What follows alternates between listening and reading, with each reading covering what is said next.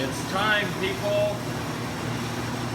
The 246,000 mile oil change. All right.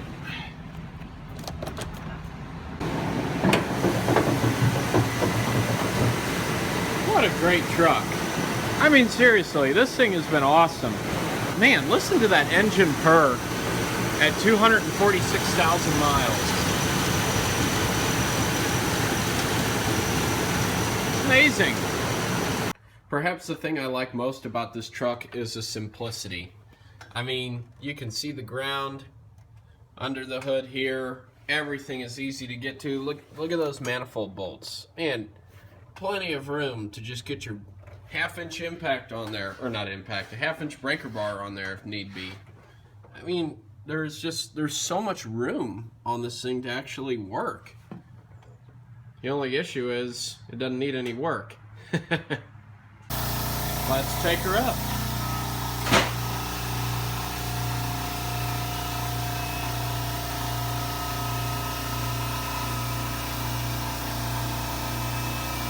You gotta watch that garage door there.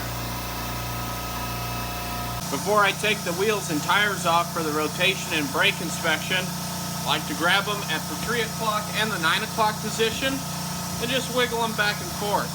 Check for play in the steering components. So as you can see, we might have a little bit of play here somewhere, maybe an idler or a pitman arm. So we'll check that out. Next, grab it at the 12 o'clock and the 6 o'clock position and check for bearing play. As you can see, it looks pretty good. We got some wobble in there, but nothing here. Now let's check the other side.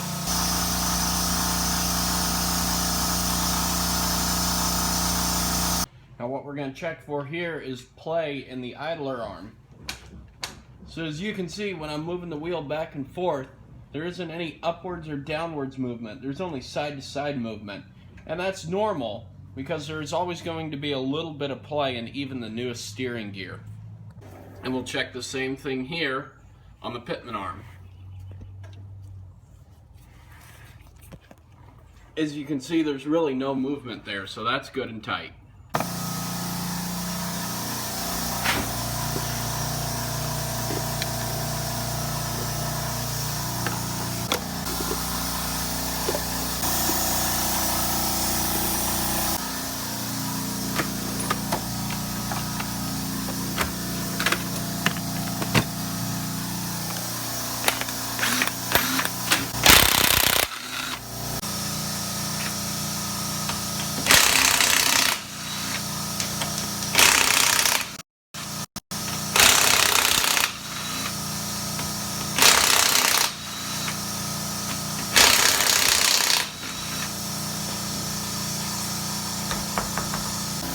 Now that we've got the tire off of the vehicle, let's check for wear. Check for abnormal wear. As you can see, the tread on the inside is wearing less than the tread on the outside. Usually a sign of an alignment. I mean, as you can see, that edge kind of feathers off there on the end. This is usually an alignment issue or someone who makes turns really fast. Knowing my dad, being the primary driver of this vehicle and the way he drives, I know for a fact he is not making fast, sharp turns, so I'm suspecting an alignment or suspension issue. Here's the importance of rotating tires. Take a look at these two tires here, both from the passenger side of the vehicle. You can already tell which one is on the front and which one is from the rear. You can see how the edge feathers off to the side. Now compare it to the rear tire and it's much more flat.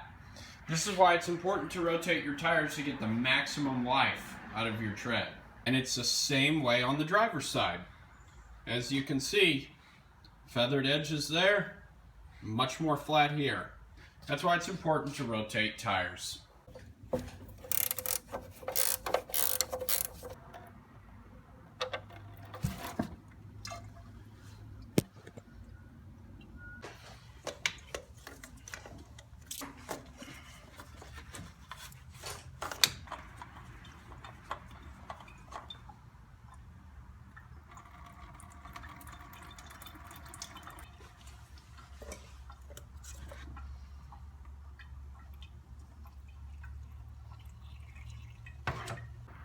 So while the last of the engine oil here is draining out, let's take a look at the brakes while we're at it.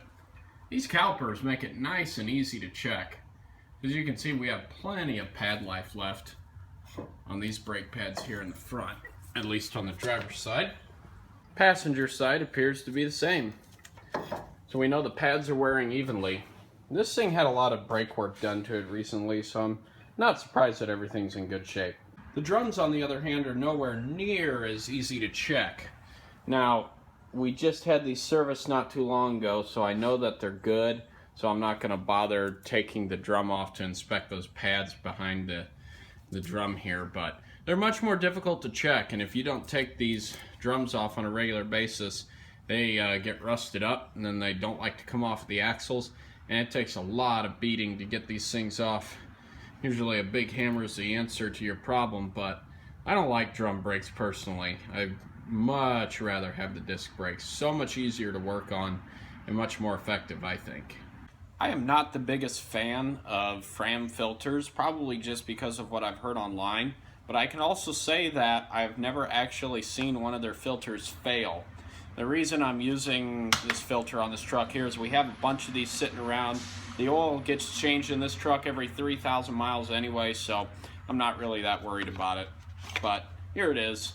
I do like how they put this little grip material on the end of the filter here. It makes it nice to get a good grip on the filter, especially if you've got oil on your hands. But this filter, unlike the filter in the Excursion, will not be pre-filled with oil. And I think a lot of you know why. That's because it sits at this angle, literally, on the engine. So any oil that I put in the filter is going to drain right back out. So there's no point in doing it. Check and make sure that there's no old seal.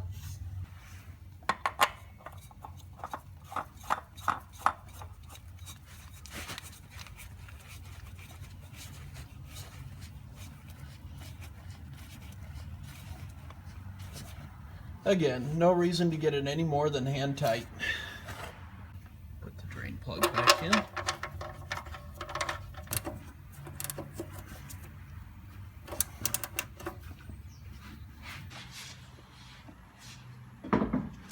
Because I don't have a 22mm torque stick for my impact, I'm using this little extension that'll serve as like a torque stick. It'll absorb some torque and just keep you from over tightening the lug nuts. The deep well socket does the same. It absorbs excess torque, so you don't have to worry about over tightening your lug nuts.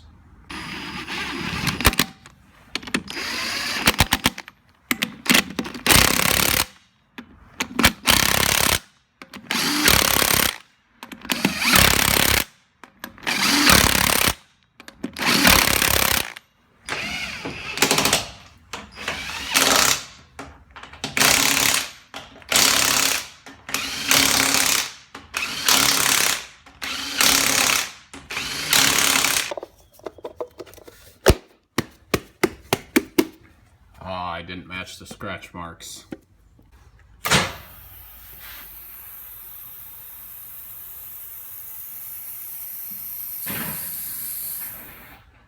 And after dispensing the correct amount from my 55-gallon drum, fill this engine up with liquid gold.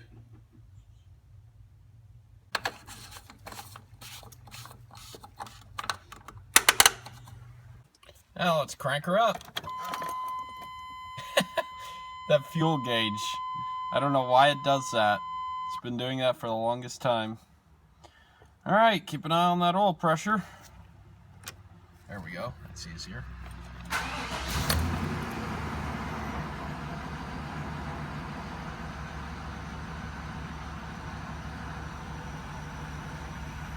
Check the leaks.